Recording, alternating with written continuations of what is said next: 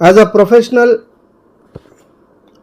आप 2021 जनवरी से जेल से रिहा होकर आपके बहुत सारे स्टेटमेंट आज टिल डेट सब डेट्स जंप हो चुके हैं। सब डेट्स में कोई भी स्ट्रांग मैसेज नहीं मिला, रिजल्ट नहीं मिला। इसलिए हम इसको बोलते हैं वादा खिलाफ़ी। वादा खिलाफ़ी यानी बहुत सारे रीजंस भी हो सकेंगे इसके अंदर, लेकिन बार बार रिपीट हो रहा है। आपकी जितने भी स्टेटमेंट हैं रिपीट हो रहा है। आपने कहा कि जो कोर्ट ऑर्डर देता है, जो जज ऑर्डर देता है, तो मैं क्या कर सकती हूँ। तो अगर ऐसा है तो आपको सोचना चाहिए था कि आप हमारे साथ कोई स्टेटमेंट ना दें। उसके बाद अब 25 जुलाई है, आने वाली है 25 जुलाई के दिन। क्या हम ये आखिरी डेट समझें जो हम नॉन कंप्लेनर्स जो आस लगा के बैठे हैं कि हमारे साथ सब कुछ सही होगा, क्या इस डेट को हम पत्थर की लकीर समझें कि हमको नॉन कंप्लेनर्स को जो कंटिन्यू है, विड्रॉल है, इन सबको पैसा मिल जाएगा।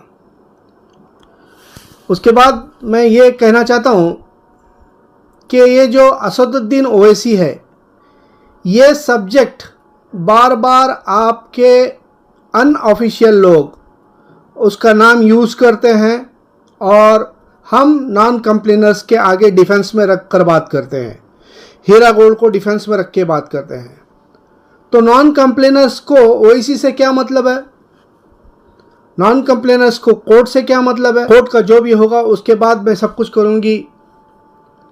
जेल में रहते हुए बोले कि फैमिली है मेरी एचजी कंपनी की, मैं आऊंगी, जल्द से जल्द पैसा दूंगी। ऐसी ही आस में हम बैठे हैं और अब तक बैठे हैं। क्यों ओवैसी का नाम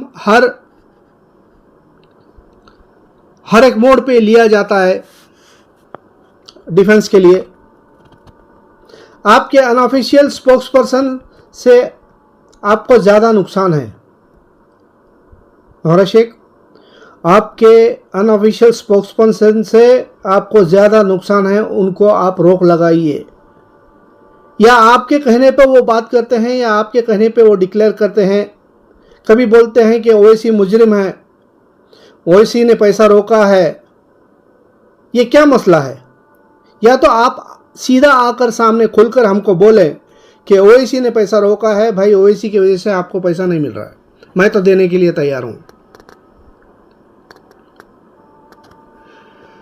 तो कौन जिम्मेदार है इस हमारे परेशानी का? हमको पता नहीं है। एक वक्त आकर आप सही बोल दो कि ये जितने भी आप एम्प्टी प्रॉमिसेस करते हैं, ये एम्प्टी प्रॉमिसेस छूट जाएंगे, हट जाएंगे, और हमको ऐसे आस पे मत रखो।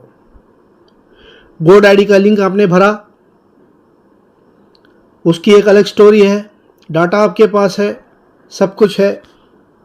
अभी आपने बोला था कि सबसे पहले मैं नॉन कंप्लेनर्स को पैसा दूंगी, आऊंगी, पैसा दूंगी, लेकिन आपकी जद्दोजहद अब सिर्फ SFI वालों और कंप्लेनरों को दिए हैं। लोगों ने कहा था, आपके लोगों ने कहा था कि चप्पल घसेंगे, अब नॉन कंप्लेनर्स के चप्पल घस रहे हैं।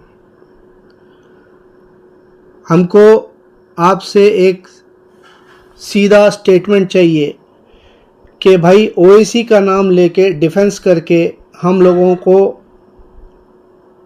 गलत रूट पर मत ले जाओ, ठीक है? आपसे मेहरबानी होगी। आप ये 25 तारीख की जो डेट है, आपको 641 करोड़ जमा करना है। इसमें आप सफल होंगी या नहीं होंगी ये अंदाज़ा तो हमको है, लेकिन हम आप से एक स्टेटमेंट चाहते हैं कि ये फाइनल डेट होगा, और फाइनल डेट के बाद हमें और कोई डेट या कोई और एम्प्टी प्रॉमिस आपकी तरफ से नहीं आएगा। अब बहुत हो चुका है, सब्र का बांध टूट चुका है। ग्राउंड लेवल पे आप जो बोलती हैं फैमिली है, मेरे लोग हैं, मेरे पास इतने आदमी हैं, ग्राउंड लेवल पे आपके जो अनऑफिशियल स्पोक्स पर्सन है वो आपको हकीकत नहीं बताते। ग्राउंड लेवल पे हम लोग काम कर रहे हैं, हमको पता है ग्राउंड लेवल पे क्या हो रहा है। आपके लिए दुआएं मांगी जा रही हैं या आपके खिलाफ बात कर रहे हैं, किस लेवल पे खड़े हैं। वीडियो लंबा होते जा रहा है। नौहरा शेख, आपसे गुजारिश है, हम मजलूम हैं, हमारे पैसे अटके हुए हैं, हम नॉन कंप्लेनर्स हैं, विड्रॉल वाले हैं, नॉन विड्रॉल वाले हैं, कंटिन्यू वाले हैं, इनका फैसला करो। क्योंकि आप सिर्फ अब SFIO का पैसा टारगेट पूरा करने के चक्कर में, पता नहीं, आपने बोला था कि पैसा बहुत है, बहुत सोर्सेस हैं, 1 इंच जगह बिकेगी नहीं, आपके आदमी ने कहा था। ये सब झूठ हो गया।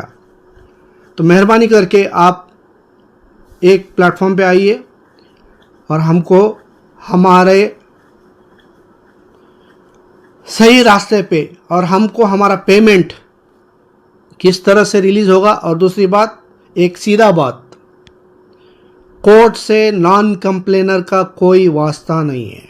अगर आप बोलेंगी कोर्ट बोलेगा तो मैं नॉन कंप्लेनर को दूंगी, तो आप ये सोचो कि आप गलत बोल रही हैं। ठीक है, इंशाअल्लाह और कुछ रहा तो फिर आऊँगा। मैं मोहम्मद हनीफ खान, एक नॉन कंप्लेनर की आवाज़। अस्सलाम वालेकुम, खुदा हाफिज़।